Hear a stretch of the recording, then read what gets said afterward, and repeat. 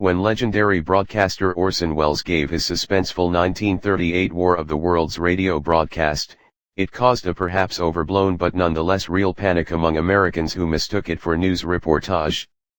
And while invaders from Mars laying waste to the world now seems unlikely, scientists are worried that a similar broadcast in the future could be relating a real alien invasion and not just one from across our porous southern border. Astronomers have listened for signals from alien civilizations since 1960, when the Cornell University astronomer Frank Drake co-opted the National Observatory at Green Bank, West Virginia, to launch Project Ozma. S.E.T.I Advocates are perhaps driven by frustration after 60 years of listening to the cosmos and hearing nothing but cosmic crickets. But might our messages serve as a homing beacon for beings less like the cute E.T. and more akin to the rampaging aliens in Independence Day or Darth Vader and his Death Star? That's the worry. But is it a worry that is grounded in reality, no matter what Stephen Hawking might proclaim? It makes sense on some levels and then not on others. The only verifiable source of life which we have is our own bubble on Earth.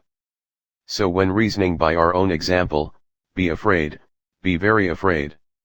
Reason being is that life is very often hostile to other life. Look at the trials of life in nature and the trials of life in the newspapers. Man's inhumanity to man. All lives clearly do not matter. Predators kill their prey. Many herbivores are highly aggressive and will attack and sometimes kill other animals, e.g. boars, hippopotamuses. Many animals fight, injure and potentially kill members of their own species, e.g. males fighting for mating rights.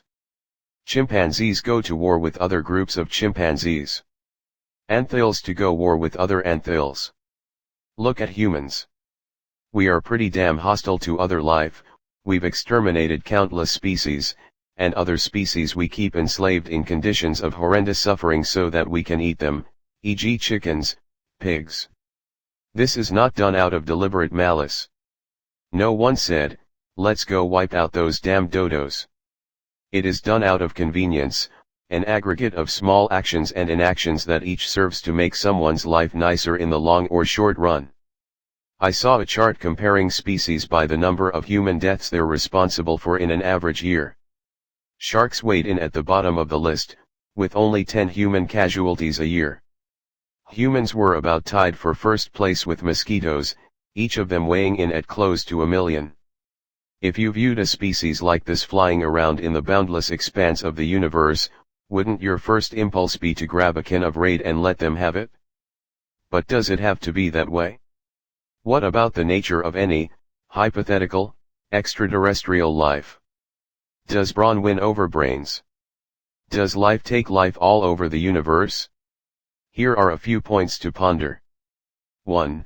One hypothesis points out that the incredible level of technology any spacefaring species must have achieved indicates that it has successfully navigated its innate tendencies, if any, toward violence, evolving wisdom, and social skills. A species like this would welcome with joy a new species, not kill it. 2.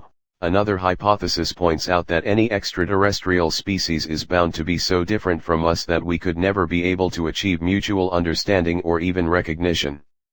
A species like this might be inimical to our interests or even our survival, not because of hostility, but because of indifference or unawareness. They might exterminate us the way we blindly make other species extinct when they are under our radar. According to this theory, there is no special reason that they would consider humans, or any other Earth species, as interesting or even visible. In that case, they might bump us off accidentally while they used our atmosphere, for example, for some strange actions only they understand. 3. A third hypothesis suggests that the motives of an extraterrestrial species may be as alien to us as the motives of insects. They might ferociously pursue their horrifying goals of killing us for food or egg chambers or whatever. They may need all our organics, or all our females, or all our air or water. Or they may have inscrutable goals, but instantly fly into a screaming death attack stopping at nothing, including machine gun fire if, for example, we try to control the neat stacks of geometric prisms, which exude a deadly toxin, they are placing everywhere. So extraterrestrial creatures may be benevolent, indifferent, or malevolent. On what basis can we make a prediction? On what evidence would we rely on to assert a conclusion? I cannot provide any evidence, but what I can provide is a point of view. I am a firm believer that the more intelligent something is, the more avenues, aspects, possibilities one can go through or mull over in any given situation. The smarter one is, the universe becomes less and less black and white. Infinite shades of probability gray exist which are not available to creatures without advanced perceptions, advanced intelligence. The choice of violence and destruction is just one option in an ever-increasing venue of options which are available for the advanced intellect. In that perspective, I believe it will always be more advantageous to create than destroy.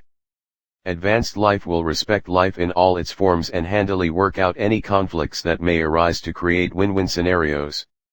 In the light of ever-increasing accounts of UAPs, this may be why we are still here and pondering such a question. You must note that I am not referring to humans, I am referring to intelligent life in the universe. We are not it. We have only been out of the proverbial caves for the most fleeting instant of cosmic deep time. But who knows, I always reserve the right to be wrong. If an alien species invades Earth and destroys or enslaves humanity, it will most likely not be out of malice but out of convenience. Grand Admiral Gorignax does not hate humans, but he really wants that third conquest medal. His brother-in-law already has 3 conquest medals, and Mrs. Gorignax has been nagging him about it to no end. You don't want little Gorignax Jr. to go through the horrors of a divorce and custody battle, do you? I'm sorry, but in order to preserve this family, those humans will have to go.